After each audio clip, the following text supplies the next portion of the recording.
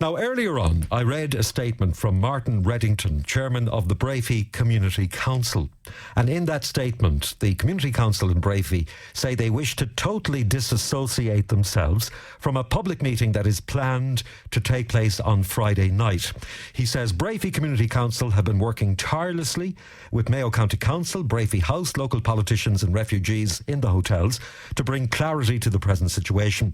And he says we recognise that there is confusion in the community and we hope to be in a position to bring clarity to this over the coming days.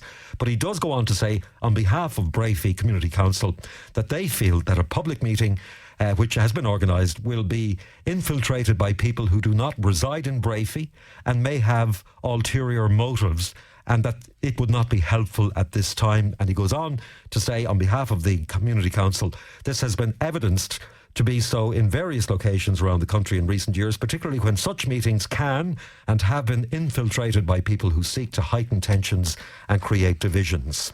And it finishes by saying the Breaffy Council in general are kind Christian people who only wish the best for all people involved. So that's Martin Reddington from the chairman of Breaffy Community Council in Castlebar. I've also received a statement regarding this particular meeting, which is scheduled for the Ivy Towers Hotel in Castlebar on Friday night, from Stephen Kerr, Maurice Kerr, Roisin O'Donnell and Kieran Barnacle, inviting residents of Breaffy to an organised public meeting on Friday night at 7 in the Ivy Towers to discuss the recent developments at the Sports and Events Centre. I've got Stephen Kerr on the line now. Stephen, good morning. Morning, Tommy. How are you? Thanks for coming on. I'm fine. By the way, are you from Mayo? I'm from Breaffy. Lived there for 30 plus years, yeah. Okay, so you're a resident of Breaffy. What's your reaction to the statement from Breaffy Community Council? Yeah, I mean, I'm not sure if there's a misunderstanding, if Martin or MJ missed out on what's happening. I thought the word had gone around. We actually called to his house there in the last couple of days. We didn't get him. We left a message. We were hoping he might call us back. We know him quite well. So just not 100% sure there if there's obviously some, I don't know what the miscommunication is there. But yeah, it's confusing, all right. Okay, but what was the purpose of wanting to talk to him? Just to let him know the intentions for this week, this meeting. Basically, just to fill you in on what happened, Tommy. Don't know if you had a chance to look at the videos I sent you in as well. I saw them. They were all over Facebook and social media last week, yeah. Correct, yes. So up until this point, nobody really in the community knew anything about what was going on down there at Breaffy House. So when I released that, I got a huge amount of feedback, and a lot of people got in touch with me from the town and from around the area around Breaffy and wanted something done about it. So I was planning on talking to a few people and organising a meeting, but before I got the chance to do that, a meeting I heard was called. So that was great. I didn't have to do anything in terms of that. But what happened was there was an online campaign of, all I can say is harassment, intimidation, defamation and outright bullying by some individuals who would align with a kind of radical leftist pro-mass immigration kind of political stance. So this went round and the strategy is to contact everyone involved, and at the time Breaffy GA was contacted, the hotel was contacted, some of the local county councillors were contacted, and the individual that contacted these people made the mistake of screenshotting his messages to these people and posting them on Twitter, and they got a huge amount of traction from the likes of, Saoirse McHugh, is it, or who ran for election some time ago. It's got 40,000 followers, basically saying that it was being organised, being hijacked by some of Ireland's most notorious right-wing fascist people, and naming myself as part of that. Well, you are. You are regarded as being right-wing. I don't think you have any issue with that, do you? Sorry, where's this coming from? Are you suggesting you're not right-wing? Well, of course I'm not left. I'm not right wing. No. Are you left wing? Well, it's very difficult to break things down at the moment. I suppose if you're talking from an economical point of view, of course I would be very much left leaning in my political views. I suppose when you look at more social issues over the last few years, the left has kind of got a little bit ahead of itself. It's gone too quickly, too far in certain issues. And I suppose when you're looking at it from that point of view, and it wouldn't be called right, I suppose it'd be a little bit more conservative as opposed to as liberal as some of these parties are, like the people before profit. Okay.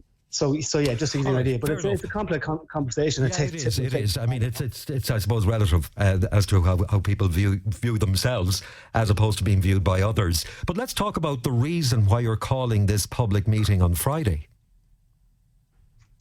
Absolutely. Well, just the amount of feedback I got from the video, the people demanding something that to be done and for their voices to be heard, and to put questions and genuine concerns and fears that they believe they have, and they want them aired. And they're absolutely disgusted that in a little community with a population of about 3,000 people, that in the space of only a couple of months, that 500 people can be dumped on their doorstep, and they have no idea where they're coming from, what sort of background they have, or anything, how they're going to be integrated into the community, and how many more are going to land in the community. And it's happening. It's not just happening in Breaffy, obviously.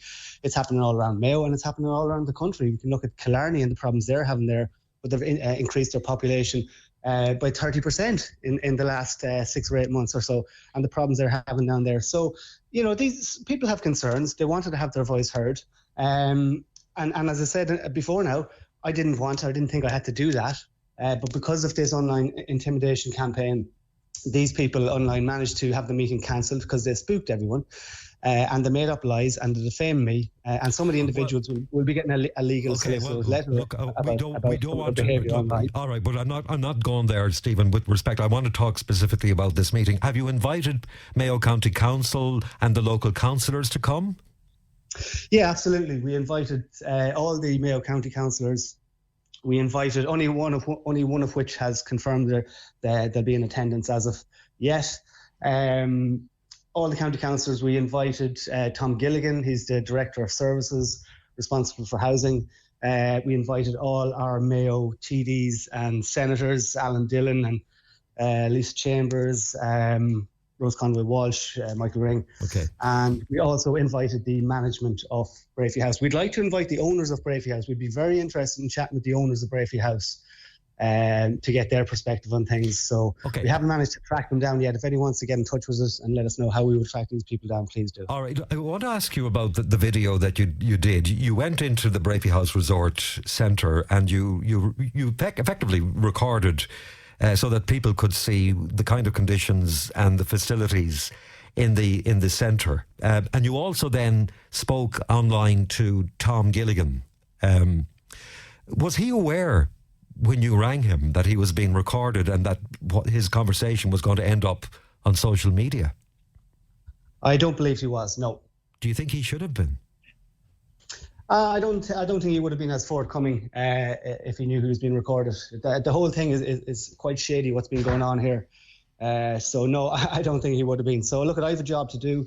I've been making videos now for the last 10, 12 years, hundreds or, anyway, a lot of views on my various videos, and this is what I do. I'm interested in journalism and exposing whether it's corruption, who knows what corruption is going on behind the scenes with all that's going on now. But Stephen, with respect, I mean, you would expect that, I mean, he would have at least been told that, by the way, I'm recording this interview and it may end up going up on social media. Well, look, to be honest, I'm more concerned about the people of Breaffy rather than Tom Gilligan at the moment. So, I think the people are happy. They wanted apologies now. I've got a call coming through. One sec. Sorry about that. Okay. So yeah, no, I'm not too concerned about that. All right. Some people might say it was disingenuous to do it that way. At the least. Maybe so. Yeah. So you're calling this meeting, and the Breaffy Community Council are saying that they don't want this meeting to go ahead because, let's talk to the hotels, the politicians, the councillors, and try and bring clarity to the people that way, rather than everybody getting into a room and everybody shouting louder than others and maybe no concrete decisions being made. Yeah, well, look, let them do what they're doing. All I know is everyone in Breaffy has been left in the dark. So, there's no consultation going on. People aren't getting updates on these meetings. Like, what have they achieved so far? When did they start these meetings? Is it just on the back of my video?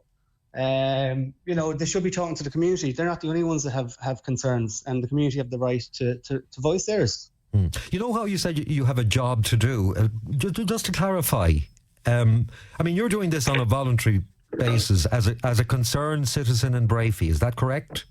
Correct. Yeah. And Morris and Roisin and Kieran, the same? Absolutely. Right. No agenda other than to find out the background of these people, what processes were in place before you describe it as dumped in Breaffy. That might sound a little bit harsh as well. By the way, have you spoken to many of the refugees? We can't get near the place at the moment. They have a security firm outside. You can't even get into the car park there at the event centre. It's now called the International Protection Centre. And this isn't going to slow down, by the way. Like, if anyone's familiar with the Ireland 2040 project document, they talk about increasing the population by another 1 million people between now and 2040. So we'll see what happens. We'll see where the homes are going to be and where the jobs are going to be for these people. Like, I don't know if there are 500 jobs around Breaffy for these people that have landed. I don't think there are. Well, so there isn't. I don't know how. Yeah, there isn't. I don't know how to say it. Yeah, okay. Do you think would it be worth teasing out the idea of having, a gathering of heads prior to this meeting to see if some kind of consensus could be found? Because it sounds to me like this is going to split the community. It's absolutely not going to split the community. As I say, Martin, there's some misunderstanding. I'm not sure if he knows exactly what's going on. Maybe he doesn't know it's ourselves. I mean, he would know my father very, very well and would be very friendly. Most people in the community and around around Castlebar area would know myself, would know my family, my parents. They know exactly what I am, and some of these allegations of far right and this and that are absolutely rubbish.